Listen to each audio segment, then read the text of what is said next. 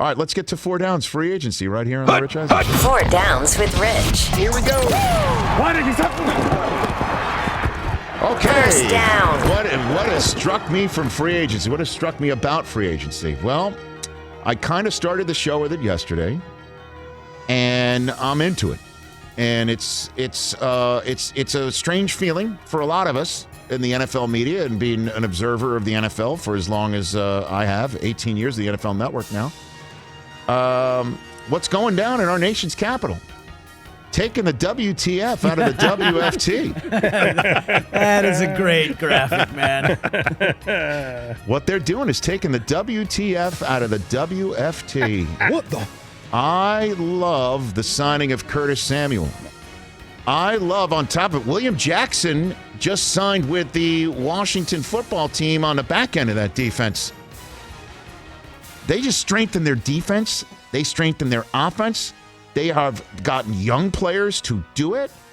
McLaurin and Samuel and Logan Thomas, Antonio Gibson, and then Ryan Fitzpatrick. Everyone laughs. I have my fun with him. There's not a window he is not ashamed to throw into. It doesn't matter. It could be the size of a swatch. And I'm not just talking about what's on your wrist. I'm talking about, what you look at to see if it's a proper drape. That's 80s right there. Okay. He's not embarrassed. There's no shame. And sometimes they're so boneheaded mistakes. I've even called him the dumbest man in the history of Harvard. But what he does is he wins games. And what he does is he gets your ass out of their chair and you're screaming, you're yelling, and you're fired up. And what he does is win locker rooms, win jobs, and win games. And if he's going to take over this offense, I kind of like what they're doing. And Chase Young is going to be a Defensive Player of the Year candidate. I like all of what's happening. I love Ron Rivera. I love the culture change that's going on down there. I'm not used to saying it. I like what Washington is up to in football. A lot. I think they made some smart moves this week. They didn't break too many banks. They didn't do anything crazy. Now here comes the draft, and I actually trust them to make the right move. Whoa. I mean, here comes the draft. Right? What? So, yeah, they're taking the WTF out of WFT. I like it. Okay, very good. Second down. Second down. All right, it's the story of the 2021 season coming out of the free agency period of 2021, and I can't believe it's the New England Patriots who made all the moves in free agency, and it's the New England Patriots that have us wondering: did they put together a winning team? Did they put together an AFC East winning team? Did they put together a championship football team? Did they do that?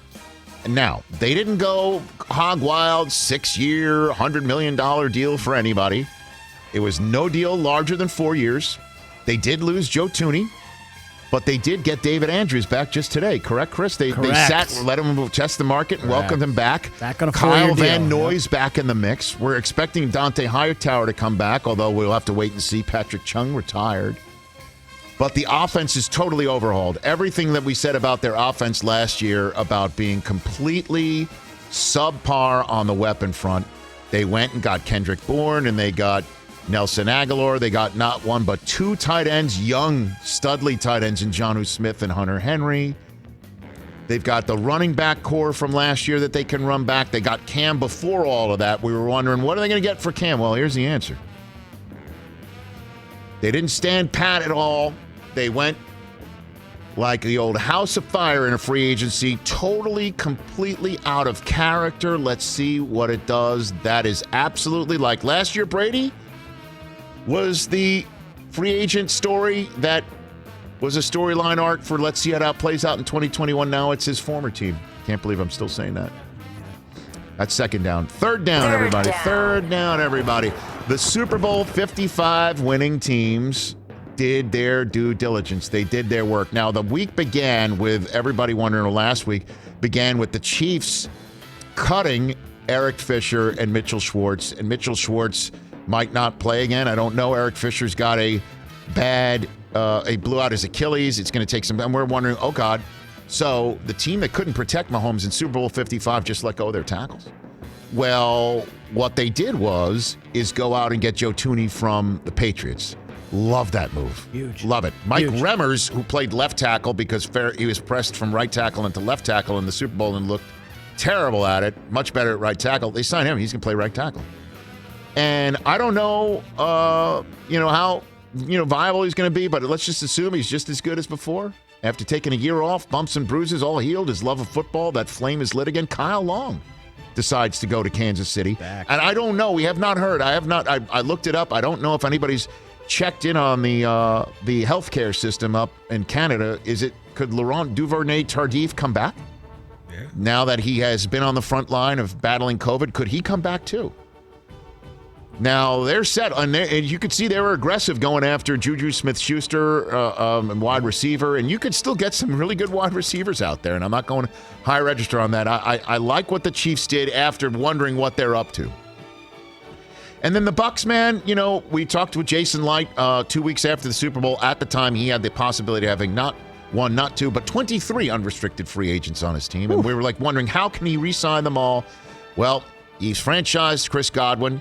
He signed Shaq Barrett long-term. We had Levante David on the show yesterday, 2-year deal for him. He checked the box on all three of those guys. He got Ryan Suckup. He's added Gronk back to the mix, 1 year, $10 million for Brady. I mean, and Dominican Stu is still sitting out there. Lombardi Lenny might be too expensive to bring him back in, but so far, I mean, the guys that you would sit there and say, they've got to bring these guys back, he did it. He did it. And they're going to run it back, and we'll see if they can make Super Bowl 56. Now it's time for my fourth down hot take. Oh, man. Go. Off-season free agency hot Fourth take. down. I have no idea where you're going with this. I Zero had to go up and get my clue. plank. What happened to the jacket? Zero idea. Oh, the plank. That's It's right. the new Cedar Well, it's a new one. Star It's a hot new take one. plank. It still needs a That's right. mask, but that's fine. Yeah. It's okay. Mask. Here's a hot take plank. I've got a new free agent favorite right here. Oh. The best free agent signing may be Emmanuel Sanders with the Bills. Interesting. I love it. I loved Aaron Jones being re-signed, and I thought that was a must-have. And I couldn't make my favorite free agent signing somebody that was retained by his team. I just couldn't go there. Right. But in terms of, look, the Bills made some, in the same way that both Super Bowl teams did their part to get back to the Super Bowl. I mean, the Packers signing Aaron Jones was terrific. So I like them. I know that they lost their center up on the offensive line in Green Bay, and I know that wasn't all great, but we'll see how they supplement everything.